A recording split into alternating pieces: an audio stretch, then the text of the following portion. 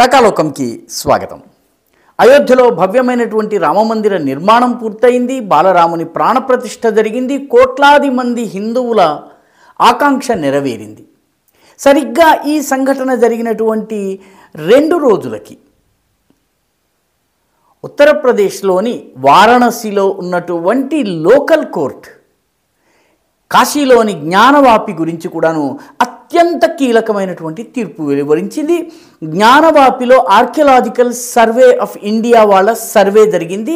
Ground penetration రెడార్ల సాయంతో అక్కడ survey జరిగింది. ఆ సర్వేకి సంబంధించినటువంటి 1400 పేజీల నివేదికను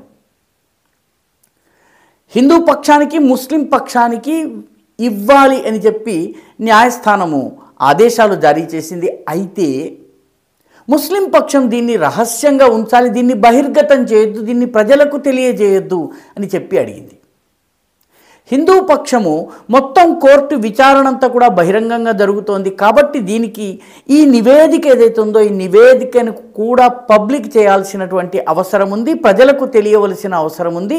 ఇది రహస్య విచారణ కాదు, చట్టంలో దీనిని రహస్యంగా ఉంచేందుకు ఎటువంటి ప్రొవిజన్ లేదు అని చెప్పి వాదించింది. న్యాయస్థానము దీన్ని అంగీకరించింది. గురువారం నాడు ఇరు పక్షాలకు దానికి సంబంధించినటువంటి జిరాక్స్ ప్రతులు ఇవ్వడం జరుగుతుంది. 1400 పేజీల నివేదిక. దీనిని అధ్యయనం చేసి దీనికి సంబంధించినటువంటి వాదనల్ని మళ్ళీ తయారు చేసుకోవడానికి సమయం పడుతుంది. అయితే రానున్న 3-4 రోజుల్లో ఈ నివేదికను పబ్లిక్ డొమైన్లో ప్రజలకు అందుబాటులో ఉంచడం కూడా జరుగుతుంది. ఎందుకంటే జ్ఞానవాపి మందిరానికి సంబంధించి జ్ఞానవాపి మసీదుగా ప్రస్తుతము చలామణి అవుతున్నటువంటి కట్టడం ఏదైతే ఉందో దాని లోపల శృంగార గౌరి, గణేశుడు వీళ్ళందరి మూర్తులు ఉన్నాయి. అక్కడ ఏడాదికి ఒక్కసారి పూజ చేసేటటువంటి అధికారం కూడా హిందువులకు ఉంది. మసీదు అయినప్పటికీ అక్కడ రోజు పూజ చేసే అధికారం కావాలని రేఖా సింగ్, ఆమెకు సంబంధించిన మరొక 4 మహిళలు కోర్టులో కేసు వేసిన తరువాత న్యాయమూర్తుల ఆధ్వర్యంలో కోర్ట్ అపాయింటెడ్ కమిషనర్స్ ద్వారా అధ్యయనం చేయడం జరిగింది. ఆ అధ్యయనంలోనే నమాజు సమయంలో కాళ్ళు కడుక్కునేటటువంటి వజూ ఖానాలో శివలింగము రూపంలో ఉన్నటువంటి ఒక శివలింగం దొరికింది అని చెప్పి భావించారు. అది శివలింగం కాదు, అది అక్కడ ఫౌంటైన్కి సంబంధించినటువంటిది అని చెప్పి ముస్లిం పక్షం వాదించింది. అయితే దానిని ప్రస్తుతం సీల్ చేసి ఉంచారు. మిగతా ప్రాంతానికి సంబంధించినటువంటి ఆర్కియలాజికల్ సర్వే చేయాలని చెప్పి న్యాయస్థానం ఆదేశించింది. ఆ సర్వే అయిన తరువాత దాని నివేదికను వాస్తవానికి జనవరి 24వ తారీఖున ఇవ్వాలి. అయితే 24వ తారీఖున దీనిని రహస్యంగా ఉంచాలని న్యాయస్థానం చెప్పింది.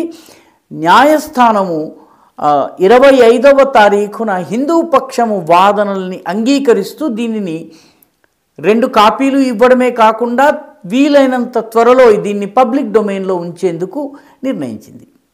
ఇది ఒక రకంగా చాలా కీలకమైనటువంటి డెవలప్మెంట్. ఎందుకంటే జ్ఞానవాపిలోని పశ్చిమ గోడ ఏదైతే ఉందో ఆ మసీదుకి మసీదుగా చలామణి అవుతున్నటువంటి కట్టడం యొక్క పశ్చిమ గోడ పూర్తిగా హిందూ మందిరం యొక్క భగ్నావశేషాలతో కట్టింది. గోడ అలాగే ఉంది. దానిలో ఉన్నటువంటి శృంగార గౌరి మిగతా దేవీ దేవతల విగ్రహాలు ఇవన్నీ యథాతథంగా ఉన్నాయి. కాబట్టి నిజానికి ఆర్కియలాజికల్ సర్వే చేయనవసరం లేకుండానే మామూలు కంటితో చూస్తేనే అక్కడ అది ఒక హిందూ మందిరం తాలూకు భగ్నావశేషం అన్నది రుజువైపోతుంది.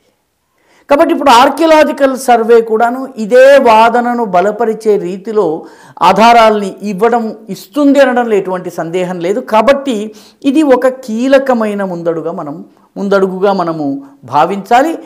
వాస్తవానికి ఈ కాశీ కారిడార్ ఏదైతే ఉందో కారిడార్ని ఆనుకుని ఉన్నటువంటి జ్ఞానవాపి ఒక మసీదుకి హిందూ పేరు ఉండడం ఇది కూడా ఒక విలక్షణమైనటువంటి విషయం. జ్ఞానవాపి, వాపి అంటే బావి, జ్ఞానవాపి జ్ఞానాన్ని ఇచ్చేటటువంటి బావి, ఈ అర్థం వచ్చేటటువంటి పేరు మసీదుకు ఉండడం ఒక విరోధాభాసం, అంటే పారాడాక్సికల్ అనొచ్చును. దీన్ని ఒక ఆక్సిమోరాన్ అంటారు ఇంగ్లీష్లో. అంటే పేరుకి దీనికి సంబంధం లేనటువంటిది.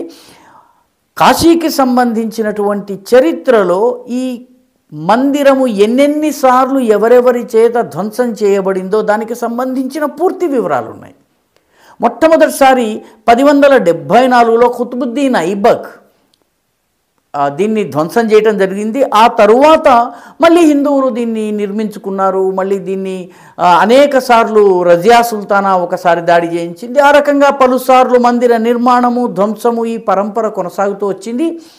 1669లో అంతకు ముందే నారాయణ భట్టు అనేటటువంటి ఒక మహారాష్ట్రకు చెందిన పురోహితుడు తోడర్మల్, రాజా తోడర్మల్ అనేటటువంటి కాశీకి చెందిన ధనవంతుడి సాయంతో మందిరాన్ని నిర్మించారు.